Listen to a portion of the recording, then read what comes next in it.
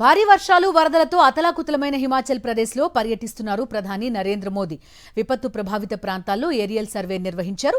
రుతుపవనాలు మొదలైనప్పటి నుంచి భారీ వర్షాలు, మెరుపు వరదలతో హిమాచల్ అల్లాడుతోంది. క్లౌడ్ బర్స్ట్లు, కొండ చర్యలు విరిగిపడిన ఘటనలతో రాష్ట్రంలో భారీగా ప్రాణ, ఆస్తి నష్టం వాటిల్లింది. ఈ నేపథ్యంలో ప్రధాని మోదీ హిమాచల్ ప్రదేశ్లో పర్యటిస్తున్నారు. ఆ తర్వాత పంజాబ్ వెళ్తారు. భారీ వర్షాలు, వరదలకు పంజాబ్లో 51 మంది చనిపోయారు.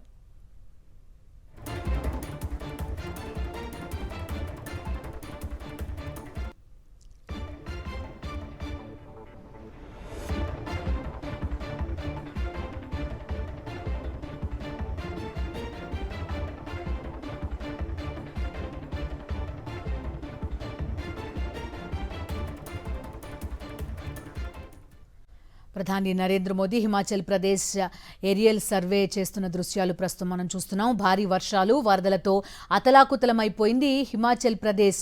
విపత్తు ప్రభావిత ప్రాంతాల్లో ఏరియల్ సర్వే నిర్వహించారు ప్రధాని నరేంద్ర మోదీ. రుతుపవనాలు మొదలైనప్పటి నుంచి భారీ వర్షాలు, మెరుపు వరదలతో అల్లాడిపోతోంది హిమాచల్.